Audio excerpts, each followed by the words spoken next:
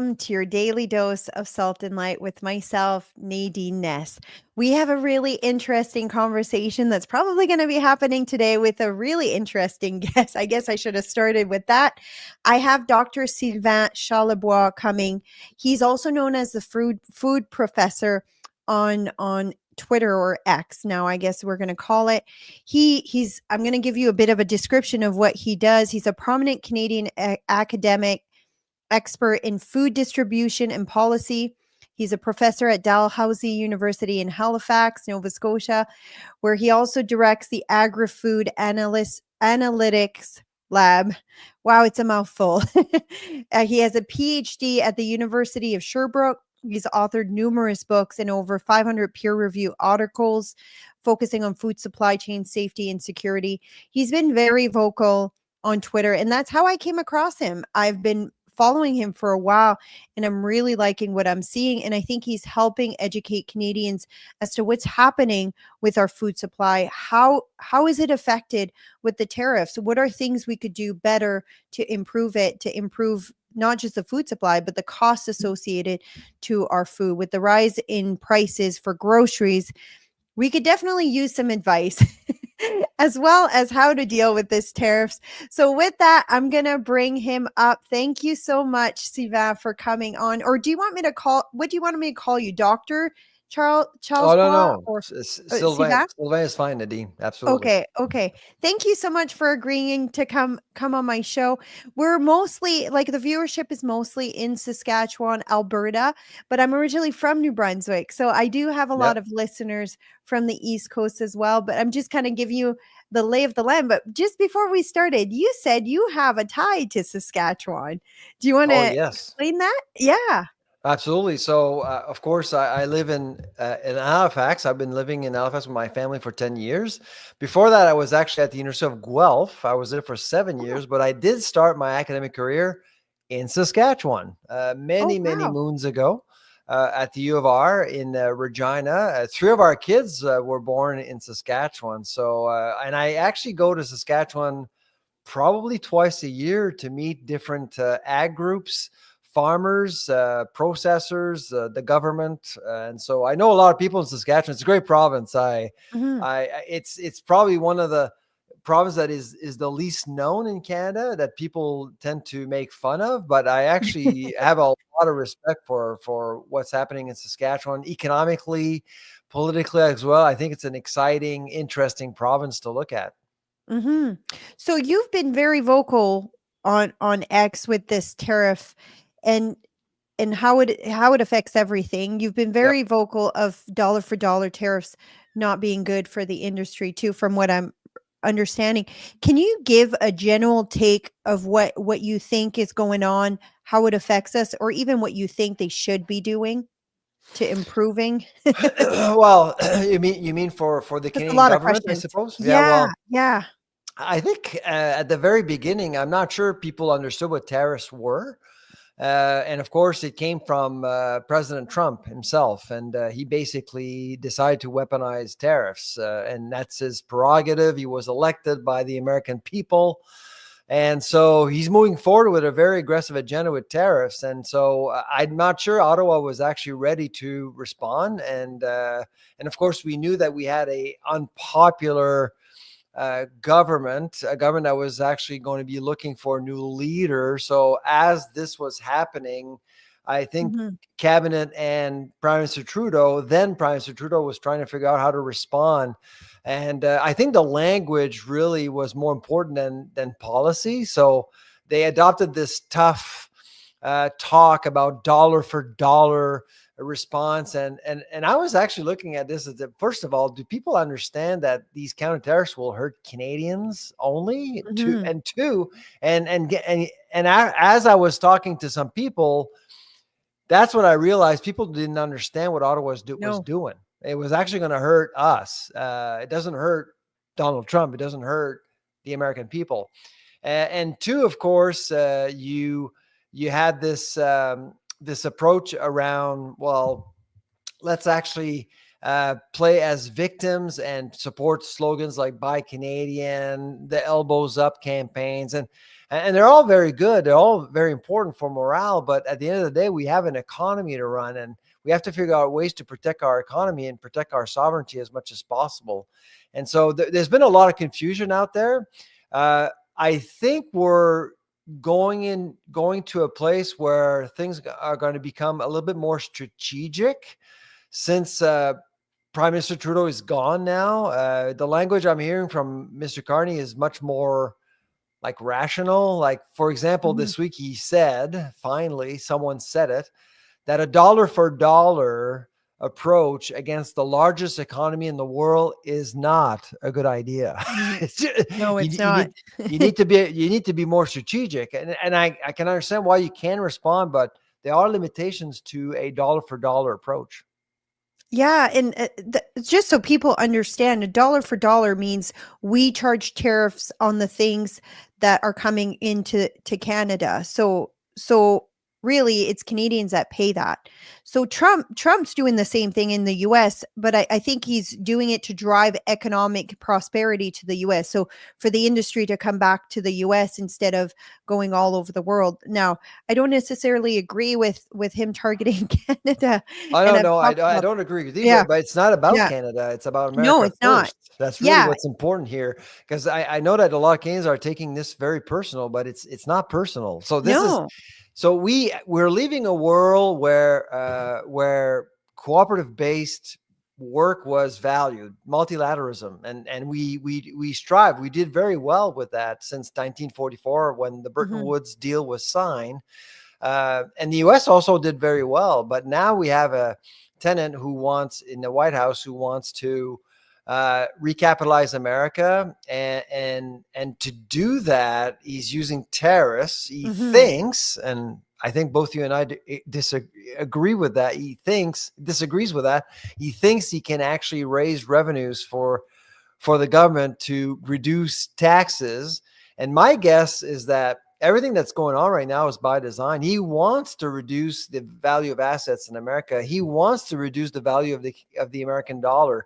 He wants to reduce interest rates in the U.S. as well, to actually give the middle class in America a chance to have access to the so-called American dream again.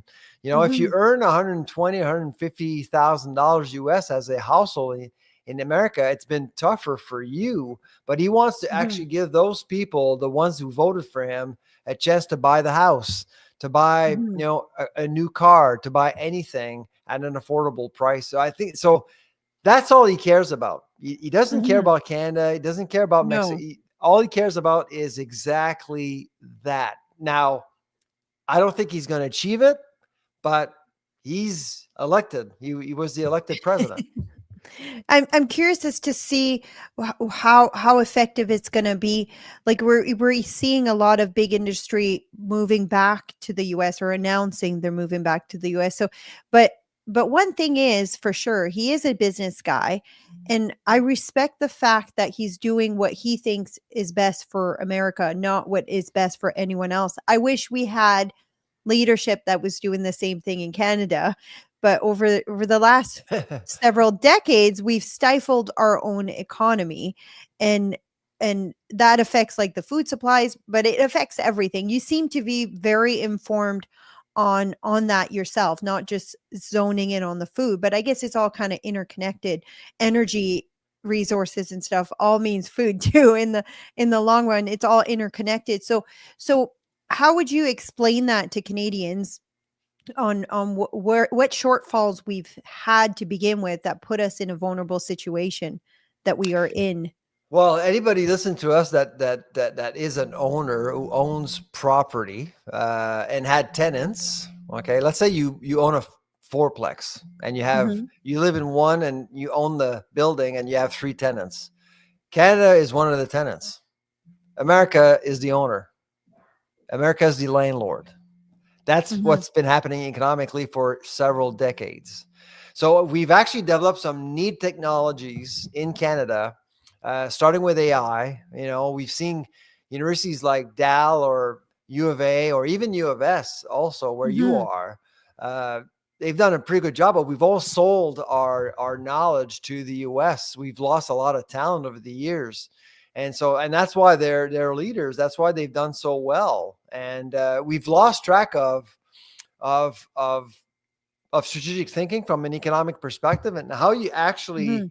build things. You don't build things by building companies. You build things by building industries, Innovation. sectors, and you actually vertically integrate. And I know when I was in Saskatchewan, I was a big advocate of manufacturing because you can do so much. So you can grow all the wheat you want.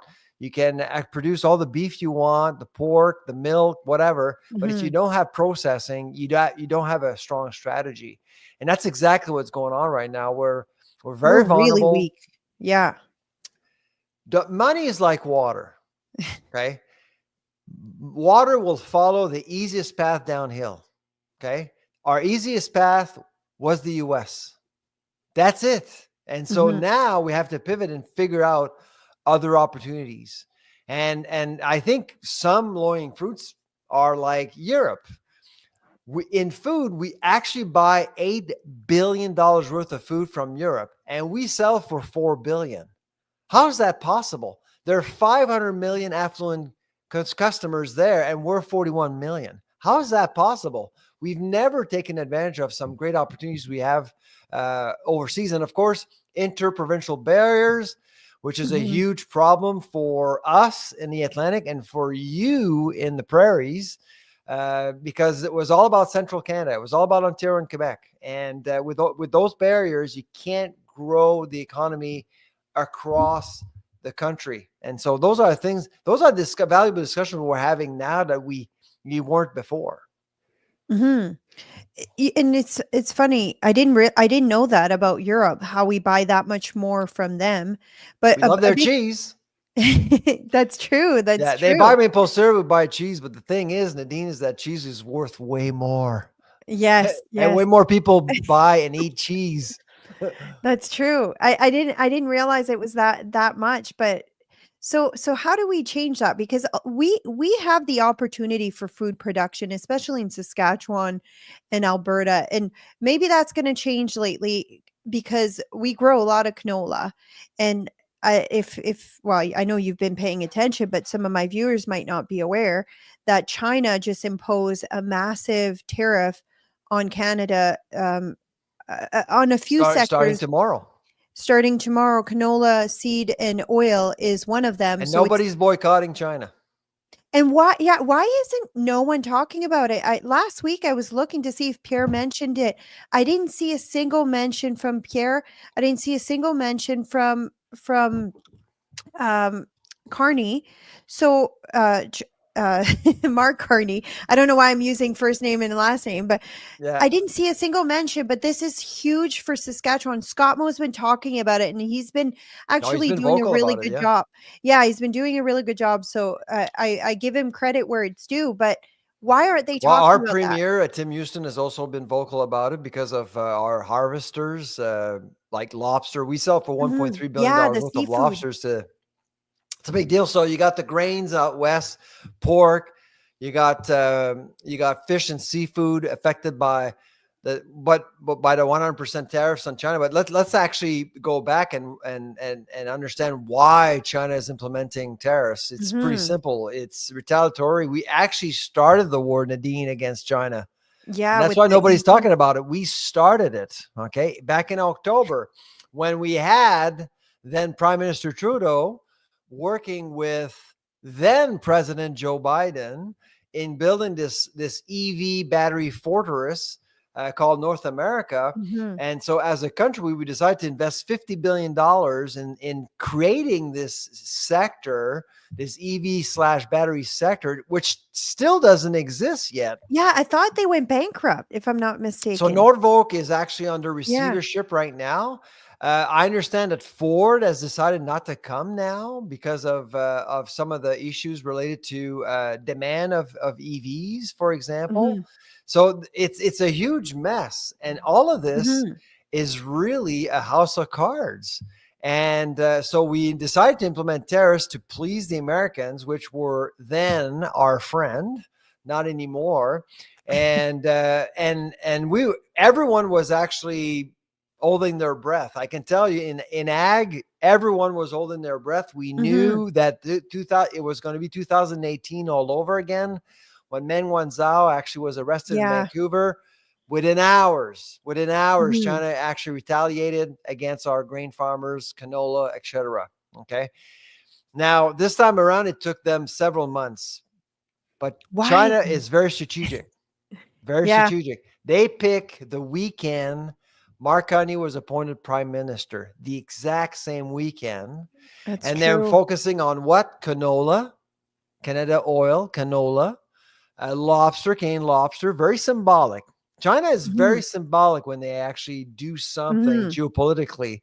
And so starting tomorrow, we're going to have many sectors being impacted by these tariffs. So in other words, Ottawa's obsession around EVs and batteries are uh, is is is getting China to punish our farmers. That's basically what's going Mhm. on.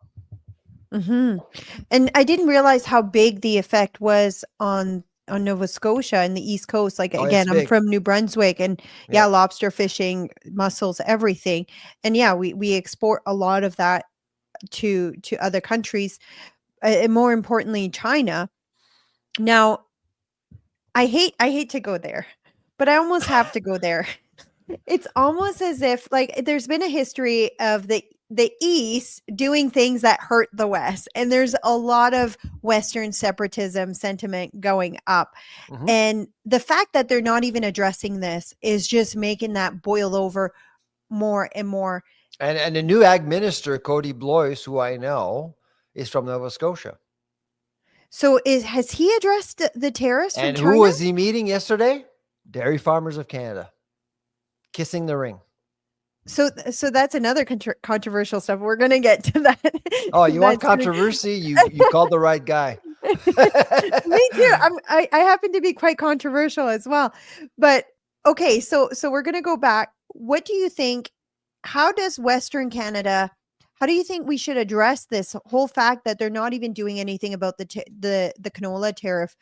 Do you think it's gonna bring even more Western separatism sentiment up? The less they address it, or do you think they're gonna do something about it, or do you think they're just gonna ignore it and pretend it never happened? I honestly, I think I don't know if it can go any higher. I mean, I've been to Alberta and Saskatchewan in recent months, and like it's pretty bad. I mean, Scott Yeah. Moe has been out there. Daniel Smith, Premier of Alberta. You know, like Ottawa threw Alberta under the bus a few months ago when Mhm. looking at tariffs and looking at energy, the energy file, and what's to be sold to America, what's not to be sold, and things like that. So I think it's pretty bad. The country's not unified. It's been like No. that for a while. Listen, as soon as you have a very centrist government in Ottawa, i.e., the Liberals, because the Liberals are, doesn't matter if you agree with them or not. I mean, the Liberals will believe in a very powerful central government. That's how they Mhm. think. It was Mhm. like that with Jean Chrétien. It was like that with Trudeau father. Mhm. And it's going to remain the same. Ottawa strong, provinces not so much. Mhm. Conservatives have a different approach. They actually empower provinces way more. So that's how it's been. So Western alienation is really fostered by this liberal view of Canada, and so which obviously serves the interests of Quebec and Ontario much better. So Mhm. that's the reality, and whether we like it or not, that's really something that is never going to change, I don't think. And let's be honest, votes are mostly in Ontario and Quebec. Mhm. Although, if you look at some of the things that have happened with the demographics of our country, there are now more votes in Alberta and BC combined than in Quebec. So that's interesting. And that's really something Oh. that you want to keep an eye on, because as Alberta's population grows, as BC populations grows, you're going to see the shift. And Ontario is basically going to be the big province, but Quebec is going to lose some political influence over time, I would think. Mhm. I'm wondering too if that means like one of the things that the West is demanding for among many things, the transfer payments one of them, but one of them is not having electoral representation, whether it's in the Senate or do you think there's going to be a well, maybe the liberals won't do it. Probably the conservatives would be the best bet if there was to be a revamping of I, the I'm skeptical. Yeah, I'm yeah. skeptical because Nobody once wants to touch it because then yeah. they make enemies in Quebec and Ontario who want to keep making the decision Well, I that mean, you could benefit argue themselves. like right now the conservatives would actually have the most seats, right?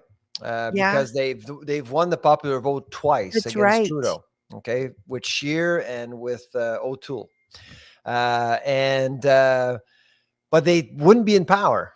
They wouldn't be in power because they Mhm. wouldn't. I don't think they would have been able to actually create an alliance A with other coalition, parties. yeah. It would a coalition. It would probably be the Liberals and the NDP, Mhm. basically. So would the outcome be different? Well, I mean, certainly Maxime Bernier would actually have more seats. He would probably have 7 or 8 seats, I think, which would actually make a big difference for him and for his party. But overall, I don't think we would actually have a different government. But Mhm. I'm a big fan of equal representation. I do believe Mhm. that this is the path that we need to take. I mean, other countries have actually done it, but you just need the right person at the right time. And Prime Minister Trudeau did promise it. He didn't deliver. Yeah. But the liberals tend to govern based on context, whereas conservatives tend to govern based on convictions, which is very different. So Mhm. people accept the fact that liberals will change their minds. That's how they do things. Conservatives, when they change their minds, they don't get away with it because they actually do govern based on convictions. Mhm. Or they try to, but it seems like even in the last little while, Pierre, like I'm going to be critical of Pierre. I'm a fan of Pierre. If I had to choose, I would choose him as leading this country.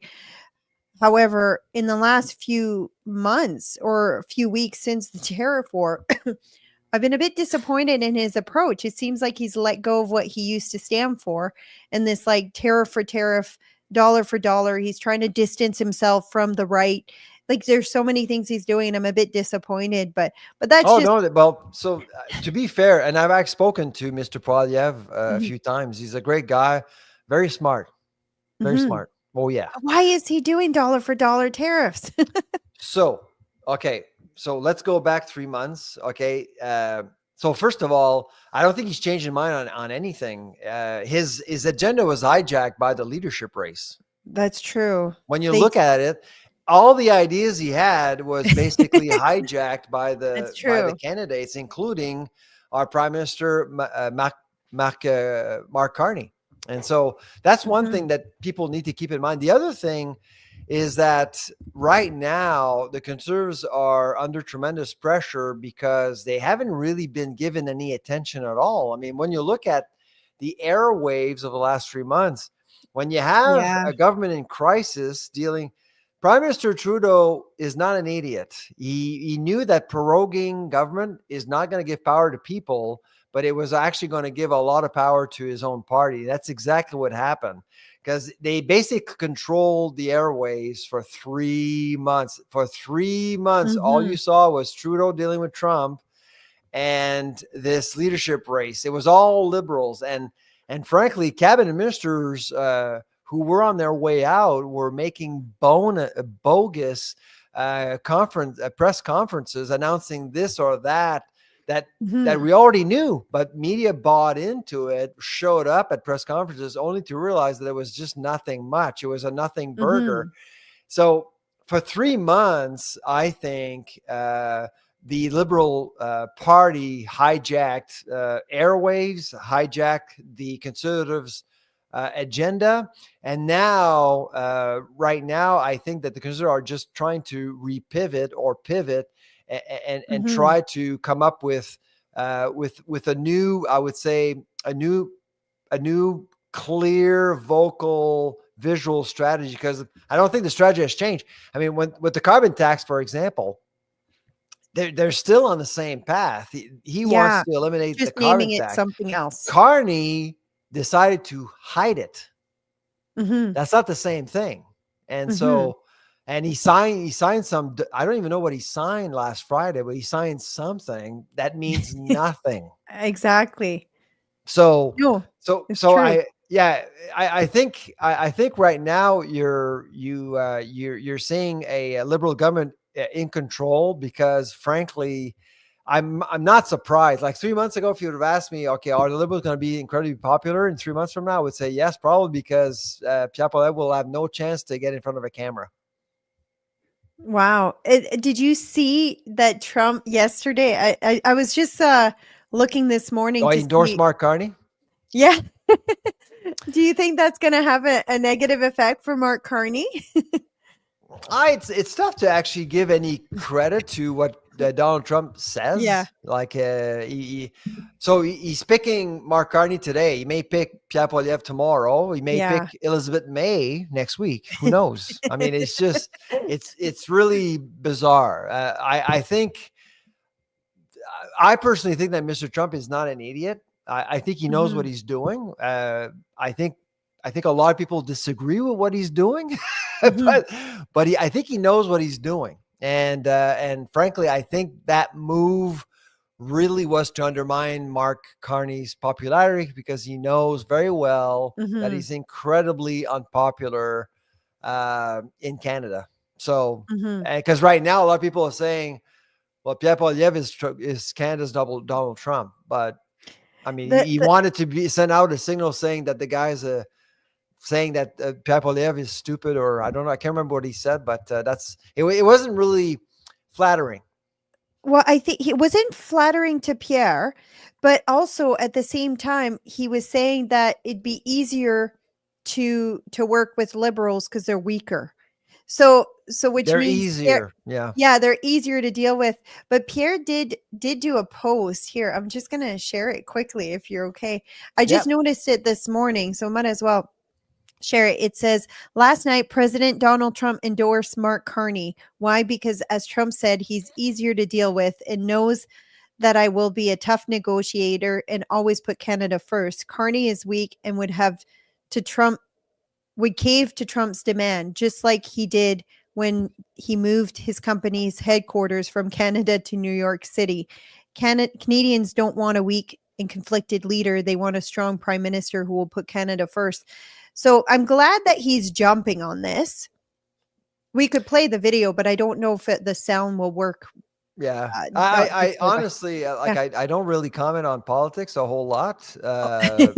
but since you're asking, but I think the most important thing for Canadians to think about as a ballot box question is I mean, our competitive advantage as a country has always been our geography. Okay. Mhm. We're next to the United States, and that That's was a true. blessing, and that will continue to be a blessing no matter what. Okay. Donald Trump will move on, and the United States will continue to be our ally. Okay. That's not Mhm. going to change. I don't think that's going to change. So I think it's important to actually get someone in power in Canada that will get along with Mhm. Americans. That's the most important thing. The standing up, let's fight against. Mhm. Listen, I don't think that's what we need. We need someone who can sit down and negotiate a good deal for Canada as much as possible. And frankly, I don't think like as much as Mark Carney has incredible, impressive credentials. I don't think he's there at the right time. He's carrying a lot of baggage. Like the Mhm. Liberal parties, the last 10 years has been terrible for the country. If you look at Mhm. the economic growth, it's been stagnant. And so our country is not doing well. Let's face it. It's economically it's much more vulnerable than it used to be.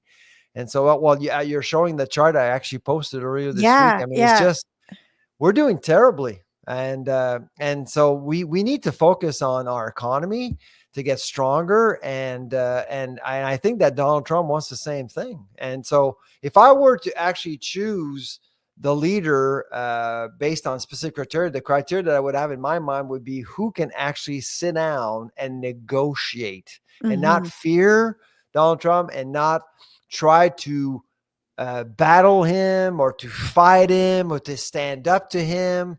We don't need that. It's just uh, he's 25% of the world economy. You cannot win a trade No. war. It's impossible. And when I saw, like, even Doug Ford with I was, like, banging my head against the wall, "What are you doing?" He we just don't have the cards. We have to go to the Well, table with let's go back to reality. Doug Ford. What Doug Ford did was to get the attention of Howard Lutnick and Trump. Trump, and he did. He did. Mhm. So to his credit, he actually got meetings in Washington the next day. Spent 2 days there. I've seen Doug Ford more often on CNN than Kim Kardashian. I mean, it's just unbelievable. They're he's out there. He's out there. Mhm. I think Scott Moe was on American media as well. I think maybe a couple Scott of times. Moe, Danielle Smith quite a Yeah. bit. Danielle Smith was the biggest one at first, Our and prime then minister yeah. right now is Doug Ford. I mean, I hate to say this. He's the premier of our largest province. He's Mhm. actually in America doing a lot of business, and I'll be honest with you. I think Americans respect him. We Because need he a he prime keeps minister Trump. that is respected. Mhm. That's true. That's And I true. don't think that Mark Carney will be respected because of the baggage and because of where he comes from. He comes from the World Economic Forum Yeah. ecosystem, The and that ESG, that all is just not good. no, and it's right now America has been pushing back on that, back on all of the climate change, the ESG, the DEI, all of that. Like You want to put a back seat on all of that for a while. Yeah, and I yeah, don't think Mark yeah. Carney is going to do that. I don't think he can. I think it's who he is to his core. Like this Yeah. is if we went through with the listeners last week through Mark Carney's LinkedIn profile, and there's a few things on there that was missing. They obviously try to hide some stuff. But yeah, that's all it was. It was pushing the woke agenda, which is Yeah. one of the things America And right frankly, now is. I actually, I one podcast I did was with Mark Carney's wife. Oh, really? Yeah, a few years ago. Yeah, she's because she's with Euro Asia. Yeah. Smart lady. Really enjoyed the conversation. It was about the agri-food sector and sustainability and carbon pricing and all that stuff. And it was a really great. I mean, it's online somewhere. You can find it. Mhm. And but I don't think that's the agenda we need right now, considering that No. the United States have left the Paris Accord is certainly not going to look into carbon pricing anytime soon. I mean, we can't really put our economy at a disadvantage at this point in time. Mhm. Mhm. And that's technically what Trudeau has done for the last 10 years. Our economy's been completely in the dumpster. And not only that, we don't have people coming into to Canada to not settle down, but to start big industry, big businesses. They all go to the US. I mean, if I was a billionaire or a millionaire and I wanted to start a business and I had the choice between Canada and the US, I'd probably pick the US if I'm honest. Just the tax burden, the even the this capital gains tax that they wanted to bring in. Have they talked if they're repealing that? The They capital did gains tax? repeal it. Yeah, they did repeal Okay, it. But okay. if you talk to any farmer groups in Canada, including many of them in Saskatchewan, they'll say to you the last decade has been quite exhausting. It's just Yeah. been exhausting because they're trying to do business and they're always fighting with Ottawa because Ottawa is picking different fights that really aren't necessarily necessary right now. Mhm. So we just need a change of pace. Yeah, yeah. I'm gonna see if there's a there if anyone has any questions for Dr. Charlebois here, let me know. I'll read some of the questions. I know there's a lot of comments. So we have the usual gang, David, Maria. It's nice to see you guys. Brenda, I don't see the comments, Jonathan. so You don't see them. Oh, okay, no. okay. So I'm gonna when I get them, I'll feature them on the screen I heard Oh, rumblings. So I see Maria them. I says, see them right now. do you Yeah. see them now? Okay. So Maria says, I heard rumblings that Quebec is chatting separation again, or maybe that's an ongoing thing. I think that's an Oh, it's an ongoing thing. ongoing thing, yeah, and I would say, I mean, I used to be in Quebec. I'm a hardcore federalist. That's why I'm no longer there. My wife and I decided to leave Quebec because of the separatist movement. But I'd say that there's probably a hardcore 25-30% of people in Quebec that truly believes in separation Hmm. for cultural reasons. But that's not a good Hmm. enough reason. Alberta is For seeing its economic moment. reasons. Yeah, for economic reason, that's a stronger reason, I think. I mean, you can't Hmm. actually survive and be viable as a province or as a country if your economy is strong enough. Quebec's economy is not strong enough to stand on its own, and Hmm. but that's not the point for them. Really, No, doesn't no. matter to them. Yeah, Yeah. and I wonder though, like, and I have friends, like one of the guests that I'm gonna have on the show next week is Cameron Davis. He's a hardcore separatist for Alberta. He's actually involved in the new like Republican Party of Alberta. So, but I do know the sentiment's been growing, and I wonder if it's gonna grow even more if Mark Right. Carney gets I just elected. seen June Bates tell me I'm a liberal. I'm not. I'm not a member of any party, by the way, but I've worked with all parties. I worked with the Liberals, Minister Champagne recently on food inflation, and I've worked mostly with conservatives. I'll be honest with you, Mhm. but I've worked with the Greens. I've worked with the NDP. I've had chats with Jack Minson. As an academic, I don't choose It's the nature camps. of your job. That's No, right. So exactly. if a politician calls me, I try to help them. But Mhm. I do have some leanings. I believe in business. I believe in markets. I believe in money. I believe in entrepreneurs. I believe in Mhm. I don't believe in a lot of things that are happening right now. So I'm Mhm. not a liberal. No, no. And it's fine if they say that. Like I think at this point, I used to be a liberal. I'll be completely honest with you. I voted left my whole life up until after Trudeau got in. I realized, okay, I did a mistake. I want my And then money back. I want my money back. I want my future back, my kids' future back.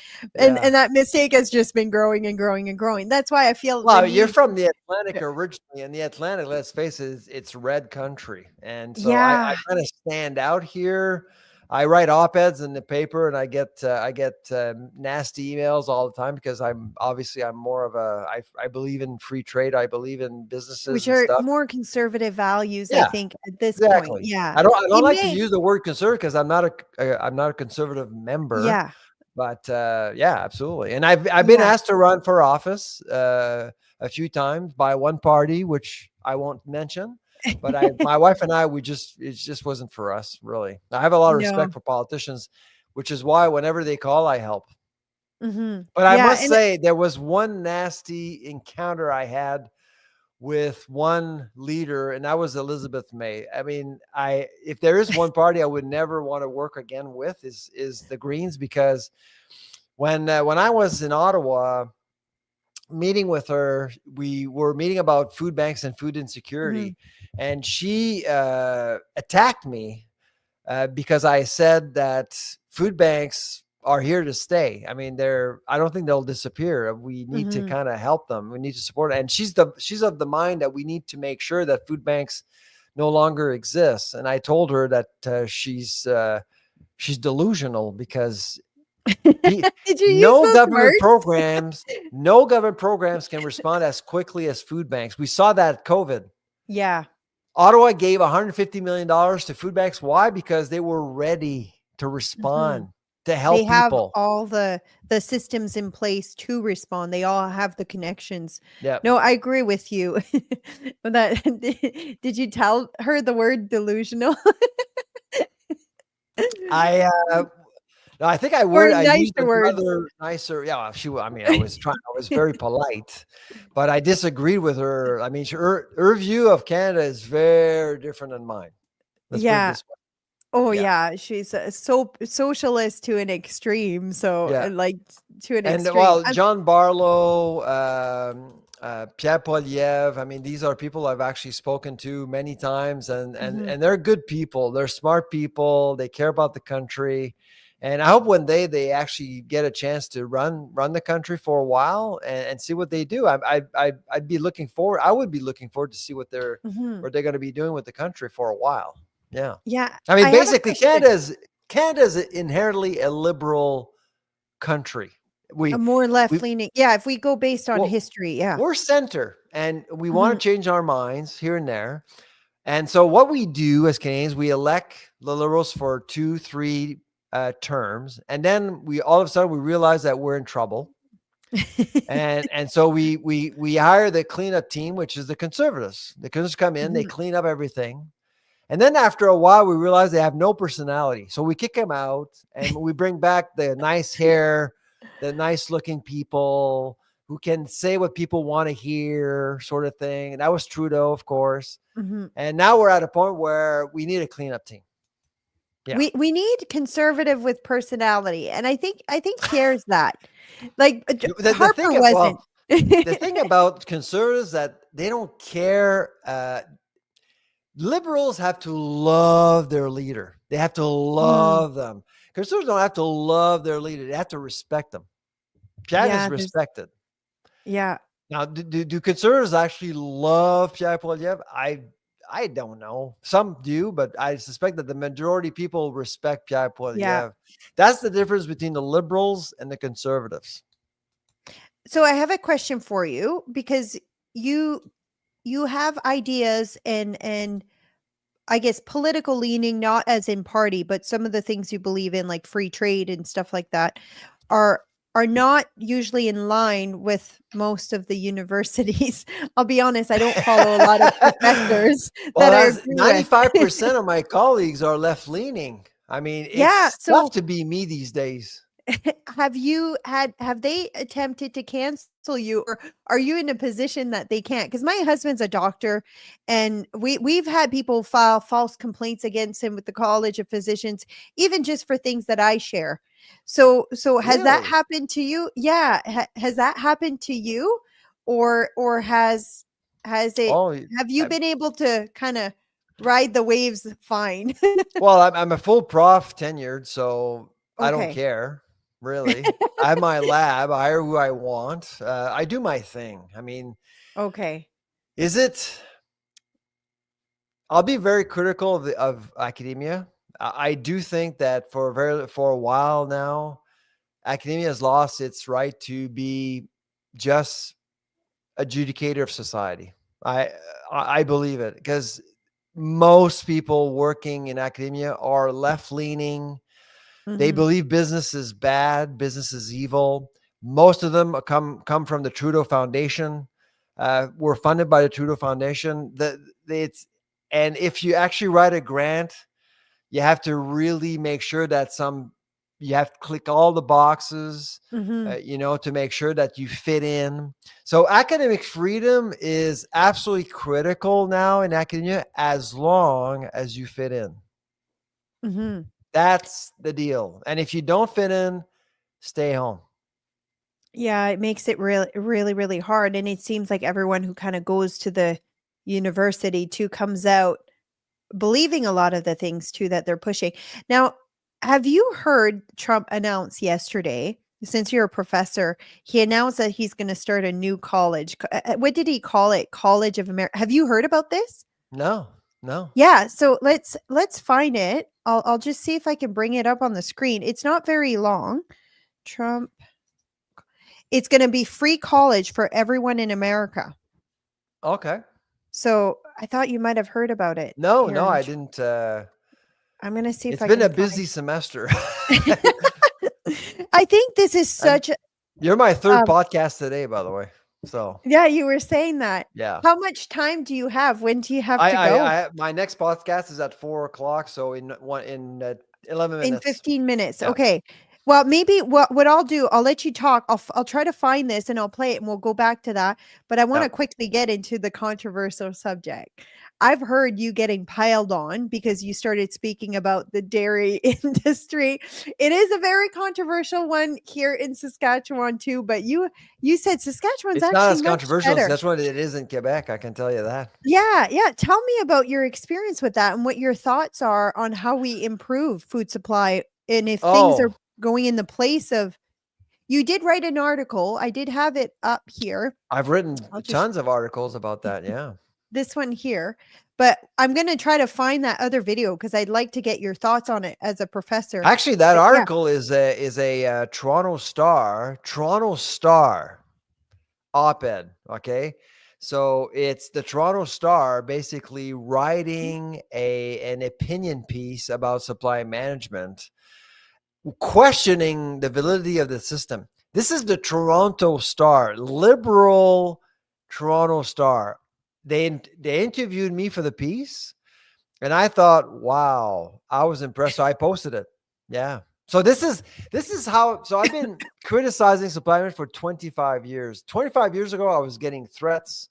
I was basically on my own criticizing supply management. Nobody really understood the policy at Mhm. all. And people would say, leave the farmers alone. Okay. But people didn't understand that it's a corrupted system. I mean, so keep in mind, you have farmers and you have boards. Farmers are victims as much as consumers. Boards are morally corrupted and they have a lot of money. Yeah, we're talking billions and billions of dollars. And so they're very protective. So anytime some guy like me comes along that understands the system and understand the flaws, the milk dumping, Buttergate with palm oil, issues related to quotas and compensation with trade agreements, all that stuff, which we don't have time to get into, all that stuff, which I understand, and most politicians don't. They hate me for it because I can actually destroy every argument they come up with. Every time a Dairy Farmers of Canada employee gets fired or leaves the organization, they call me, and what they say is simply this: wow, they hate you over there, but everything you say is true. Wow. I'd love to do maybe at a later date an episode just on the dairy Yeah, there's industry. lots to unpack there for sure. Yeah. Yeah, I don't think we have time. And it's funny, I'm kind of married into a family of farmers who fought what was considered a cartel at the time, and that was the wheat board. So my father-in-law is Jim Ness, and he was one of the 13 farmers who went to jail over the wheat board. So Oh are you wow. So yeah.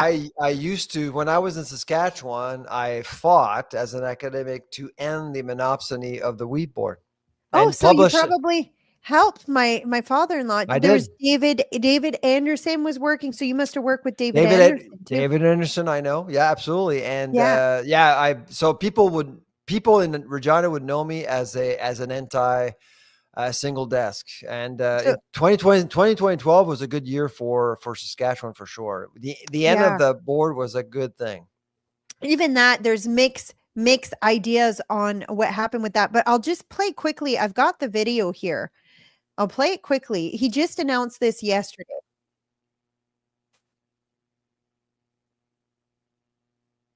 I can't hear it. Oh, you can't hear it. No. Wait a minute. Can everyone else Well, hear we it? could actually read what he's saying though, but Yeah, yeah, but I'm just gonna add it again. I'm gonna delete it, stop screen, and then I'm gonna add it again. Uh, I just gotta move my screen. I've changed too many things. Share screen. I probably forgot to click the audio. That's why. Yeah, they didn't have sound either. Okay, let's okay. see. I'm announcing today we will take the billions and billions of dollars that we will collect by taxing, fining, and suing excessively large private university endowments. And we will then use that money to endow a new institution called the American Academy. Its mission will be to make a truly world-class education available to every American, free of charge, and do it without adding a single dime to the federal debt. This institution will gather an entire universe of the highest quality educational content covering the full spectrum of human knowledge and skills, and make that material available to every American citizen online for free. Whether you want lectures or ancient histories or an introduction to financial accounting or training in a skilled trade, the goal will be to deliver it and get it done properly Using study groups, mentors, industry partnerships, and the latest breakthrough in computing, this will be a truly top-tier education option for the people. It will be strictly non-political, and there will be no wokeness or jihadism allowed. None of that's going to be allowed. Most importantly, the American Academy will compete directly with the existing and very costly four-year university system by granting students degree credentials that the U.S. government and all federal contractors will henceforth recognize. This is like huge, I think. If it If I it don't know works. how I don't know how he's gonna fund it without increasing the debt. But I I I don't think work with people at Nebraska, Purdue, Texas A&M. I'm actually going to Texas A&M in a couple of months, and yeah, I'll talk to them about this. But I get it. I mean, I get it. I don't think that the wokeness issue is as bad in the U.S. as it is in Canada. Canada, it's really bad it- here. it's really bad. Oh, it's awful. If Mhm. especially if you're a white guy, I can tell you, you don't exist. You do not Wow. exist. Yep. When it comes to grants and stuff, yeah, and like I have friends that have gone to like teaching university, and they say they have to fib and change their papers and subjects, because if they actually wrote what they believe in, they'd get a fail mark, because like Yeah. conservative or even just Christian values are not accepted in the academic world. Do you find that's a problem too, or is your department a little bit? I guess I don't want you to say anything that could get you in trouble either. Nothing I So can say can get me into more trouble. okay, so So you're it's okay. uncancelable. You know, I tell it like it is. I mean, that's my Mhm. reputation. That's why I get hired and I get to speak to different groups. They know when I'm on stage, I tell things like it is. That's really, Mhm. and we have a problem. I mean, I think academia is sick right now. And Mhm. the problem is that 95% of people who are working for academia don't see that there is a problem. Yeah. But it's because Because they so the think that they're province of doing. Nova Scotia, if you saw Bill, I think it's Bill 32, the province of Nova Scotia, which has a conservative government, like you, like Ontario, is Mhm. actually pursuing this. Not necessarily the way that Trump is doing it, but he's actually, the province is looking into research agendas at universities, Oh. and already it's controversial. I've been getting emails from my union. This is not right. Academic freedom, blah blah blah. Well, academic freedom doesn't really exist. It's fictional. It doesn't Mhm. exist because it's all left leaning, all of it. And if you're not left leaning, you're out. You're gone. Mhm. I don't get invited to panels. I don't get invited to speak on campus because they don't like what I have to say. There's no free speech on campuses anymore. That's unfortunate. What do you think that that's gonna lead to in the long run? It's almost like it's Well, it's imploding on actually, itself. so a lot of universities are losing money right now. So that's a good thing. Like Waterloo's losing $100 million. York is losing $75 million. Lots of universities are running a deficit right now. So they're going to have to really fire a lot of people and let go a lot of people. And that's going to actually get governments to think differently about financing higher education. We have too many universities. Mhm. I think Saskatchewan is in good shape because you have like the Polytechnic, you have U of R, U of Mhm. S. There's a nice balance there for 1 million people. We have 11 universities, Nadine, in Nova Scotia with the same population. We got 1 million Wow. people with 11 universities. Come on. Yeah, here there's only 2 Yeah. in Saskatchewan and Regina. Yeah. I didn't know there was that many. But Yeah. Dalhousie is kinda one of the bigger known ones. Like, when I grew up in New Dalhousie's the Brunswick, biggest one. Yeah. yeah, a lot Yeah. of people went. And how many does New Brunswick have? I think they only have 2, eh? Yeah. Mount St. Allison, UNB, Moncton. I think that's about it. Okay, so Yeah. they have 3? Yeah. I believe so. Yeah. Yeah, For okay. 750,000. Yeah. I was gonna see if anyone had questions, but there's a lot of comments, but no Yeah. questions. I must go because my Yeah. other podcast is starting in 1 Okay. minute. So Okay, I'll let you go. Thank you so much for coming on, and then I'll go through the comments after you leave, and then we'll have some discussion with the listeners. But thank you so much. I really enjoyed this. I hope you'll be willing to come back on one of these days, and we'll talk just supply dairy. management. Yeah. Yes. Yes. Take care. Okay, thank you so Bye-bye. much, Eva. Have a good day. Wow, that was really interesting. It's if you don't follow him, I highly recommend you do. I'm going to show you guys his profile. I think I think he's more of a libertarian mindset. So here. Had you guys heard about what Trump had announced for the university? This is his account here. I can switch up to the other screen now. I actually really enjoyed that conversation. Okay, let's go through some of the comments. I'm just gonna scroll back, squirrel back. I just saw squirrel nuts, and I said squirrel back, scroll back. Great watch. Maria is saying, great watch. He has done docus on healthcare in sad state of Canada. Fantastic work. Highly recommend. Is that I think that you're talking about something else. Oh, the Aaron Gunn documentary. Does Aaron still do? I didn't watch it. I know he had done it. I probably should. Oh, Brenda says my father-in-law lost his dairy farm because of the board. Friends had to dump milk because of quotas.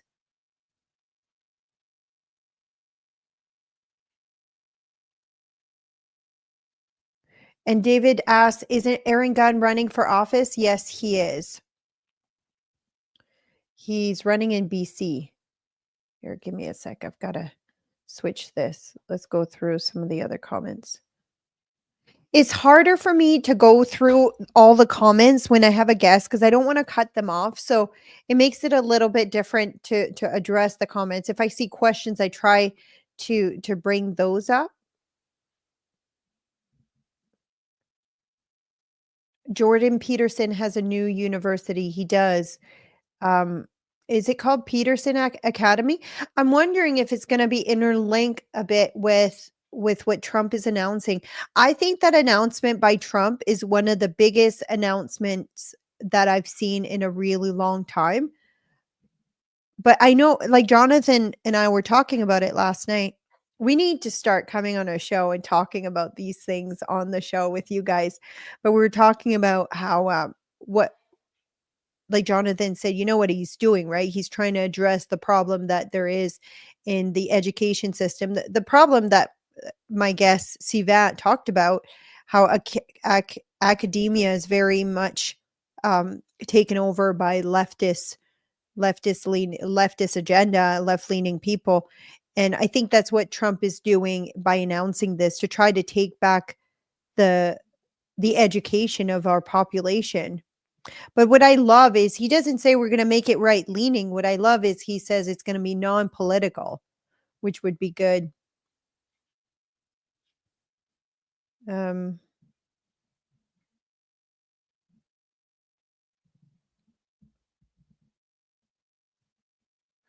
Edison Motors is trying to get money from the BC government, and they say it's so crooked. David says they gave up. This green company was shut out by BC government. They're still building a truck, Neil says.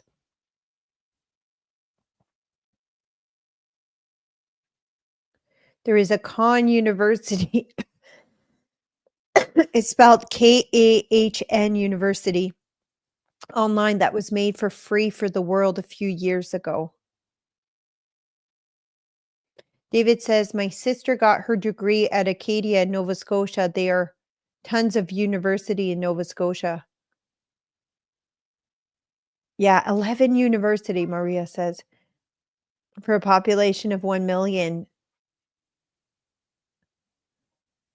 Maria says, great guest. We need him back. I really enjoyed this. Like, I hope I get to meet him in person one day. I really enjoyed the conversation. You can tell he's a really smart guy. And I think he's a libertarian mindset. Like, based on the things, I think it's very similar to mine, where I just think government shouldn't control everything. So I don't think that he's a liberal per se. I think He's being very fair in his assessment. And you got to understand too, his views come from what he's exposed to in the East Coast and what he sees of the liberals there and stuff. But what I found interesting was his take on liberal versus conservative. Conservative like to give power to the province, and liberals like for power to be centralized in Ottawa, which I would agree with that take, but I had never really kind of thought about it that way. Maria says, make some popcorn and watch Aaron's documentary. I still have to watch Canada the Illusion. A whole bunch of my viewers have told me to watch it, and I haven't yet. Rage in the Cage. I would like to be able to converse with Dr. Charlebois about his agri-food lab. I'm curious as to what he does there. David has to go. He's getting his back adjusted. Pinched nerve. Making his legs go numb. David, I'm going to do a prayer for you. I'm going to add you to my prayer list.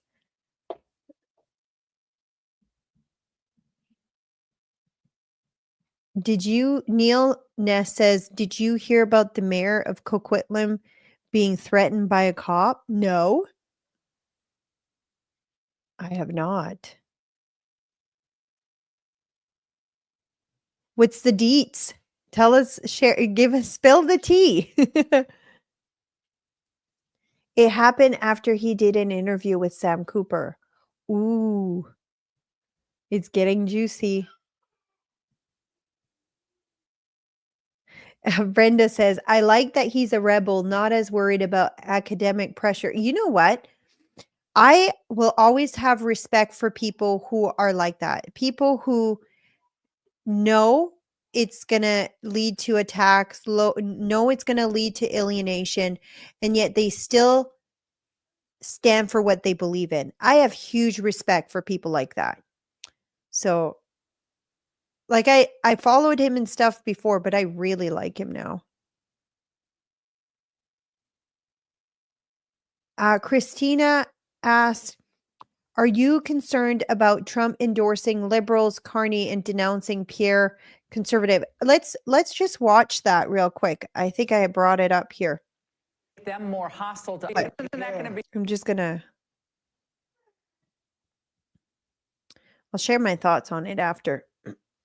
Make them more hostile to us and possibly I'd rather deal with a liberal than a for China closer to Canada, and that would really put us in a bind. The conservative that's running is stupidly no friend of mine. I don't know him, but he said negative things. So when he says negative things, I couldn't care less. I think it's easier to deal actually with a liberal. Isn't that going to make them more hostile to us and possibly I'd rather deal with.